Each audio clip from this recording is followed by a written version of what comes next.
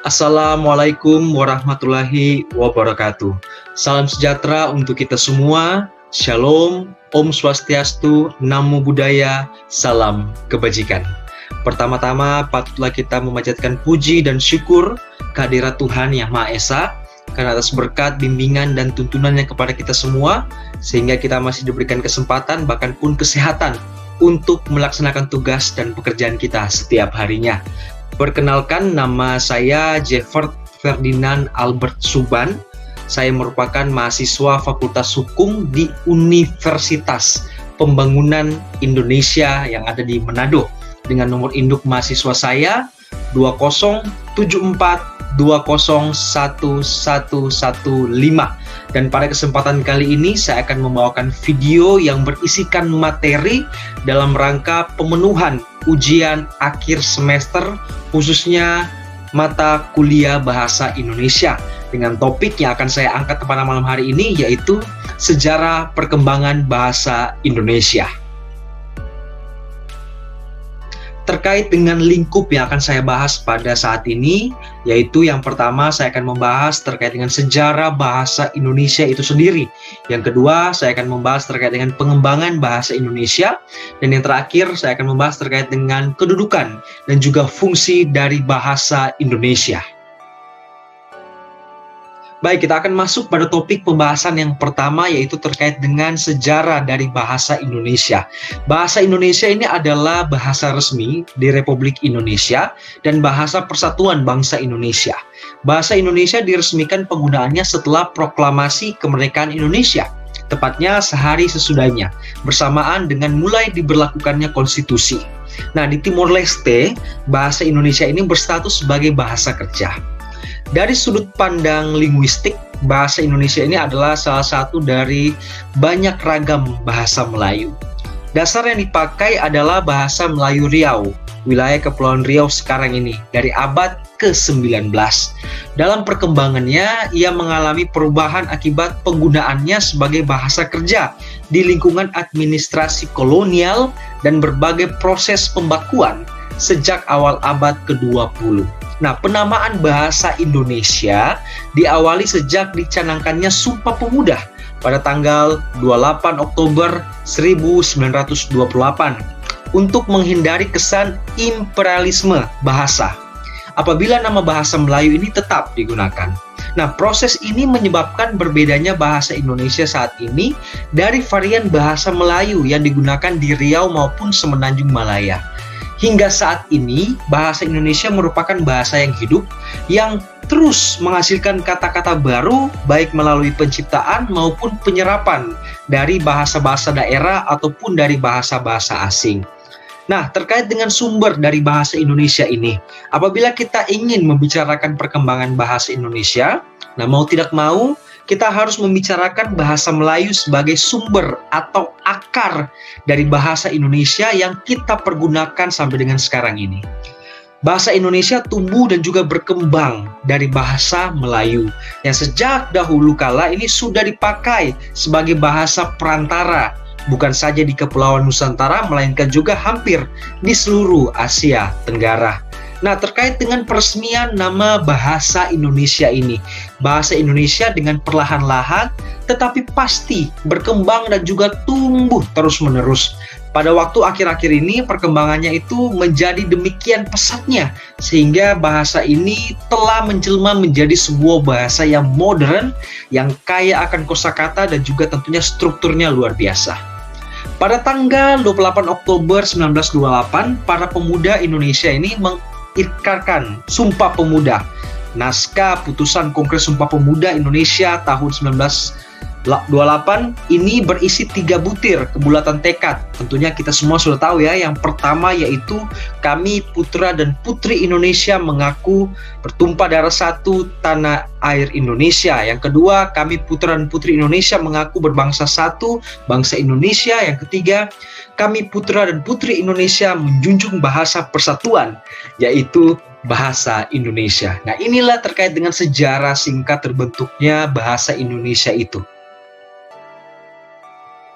Baik, kita akan masuk pada topik pembahasan yang kedua, yaitu terkait dengan pengembangan bahasa Indonesia. Setelah tadi sudah kita bahas bersama terkait dengan sejarah dari bahasa Indonesia.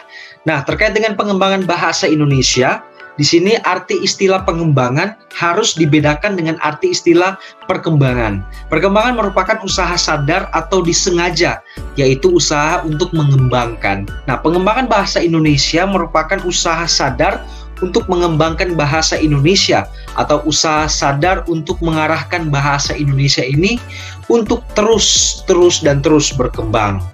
Nah, terkait dengan tujuan pengembangan bahasa Indonesia ini, apa sih tujuannya? Nah, pengembangan bahasa Indonesia ini bertujuan tentunya agar bahasa Indonesia ini terus berkembang menjadi bahasa yang satu, yang baku, yang modern, dan juga yang cendekia. Nah, masing-masing predikat itu dapat dijelaskan sebagai berikut. Yang pertama, satu, yaitu terciptanya bahasa Indonesia yang satu, ya, seperti itu. Yang kedua, baku, yaitu bahasa Indonesia yang memiliki kebakuannya sendiri yang berbeda dengan kaidah bahasa kelas atas atau seterusnya. Itu yang kedua. Yang ketiga, modern, yaitu pemutakhiran bahasa sehingga dia benar-benar memiliki fungsi termasa. Yang keempat yaitu cendekia, yaitu menitik beratkan ketepatgunaan bahasa Indonesia dalam mencerminkan logika penuturnya. Nah, tujuan demikian ini sangat penting, terutama bila dikaitkan dengan pengembangan ilmu pengetahuan dan juga teknologi yang selalu membutuhkan alat yang tepat untuk menuangkan sebuah logika. Baik, setelah kita sudah membahas tadi terkait dengan sejarah dari bahasa Indonesia, pengembangan bahasa Indonesia, saat ini kita masuk pada lingkup pembahasan yang ketiga, yaitu kedudukan dan juga fungsi dari bahasa Indonesia. Nah, istilah kedudukan dan fungsi tentunya sering kita dengar bersama ya, bahkan pernah kita pakai istilah ini. Kita tahu bahwa bahasa sebagai alat komunikasi lingual manusia, baik secara lisan maupun tertulis. Ini adalah fungsi dasar dari bahasa yang tidak dihubungkan dengan status dan juga nilai-nilai sosial. Terkait dengan kedudukan bahasa Indonesia, bahasa Indonesia mempunyai kedudukan yang sangat penting seperti tercantum pada Ikrar Ketiga Sumpah Pemuda tahun 1928 yang sudah saya sampaikan tadi. Ini berarti bahwa bahasa Indonesia berkedudukan sebagai bahasa nasional, kedudukannya di atas bahasa-bahasa daerah.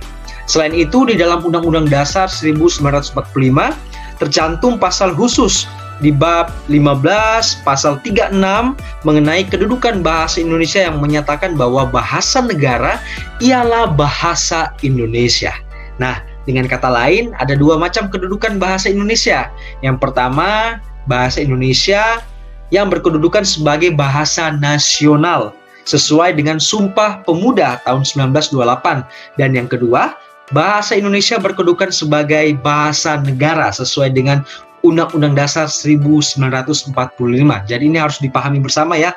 Ada dua, yang pertama bahasa nasional sesuai dengan Sumpah Pemuda 1928, dan yang kedua yaitu bahasa Indonesia berkedudukan sebagai bahasa negara sesuai dengan Undang-Undang Dasar 1945. Nah, selanjutnya terkait dengan fungsi dari bahasa Indonesia ini. Di dalam kedudukannya sebagai bahasa nasional, bahasa Indonesia berfungsi sebagai berikut. Yang pertama, lambang kebanggaan kebangsaan. Itu yang pertama. Yang kedua, sebagai lambang identitas nasional. Yang ketiga, alat perhubungan antar warga, antar daerah, bahkan pun antar budaya. Dan yang keempat atau yang terakhir yaitu alat yang memungkinkan penyatuan berbagai-bagai suku bangsa dengan latar belakang sosial budaya dan bahasanya masing-masing ke dalam kesatuan kebangsaan bangsa Indonesia. Jadi itu singkat saja terkait dengan kedudukan dan juga fungsi dari bahasa Indonesia.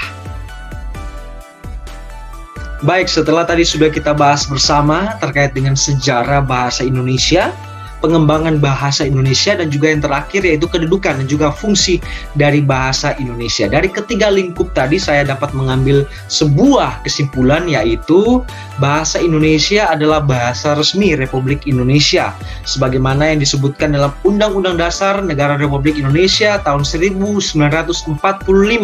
Pasalnya yang ke-36 yang berbunyi demikian. Bahasa negara adalah bahasa Indonesia.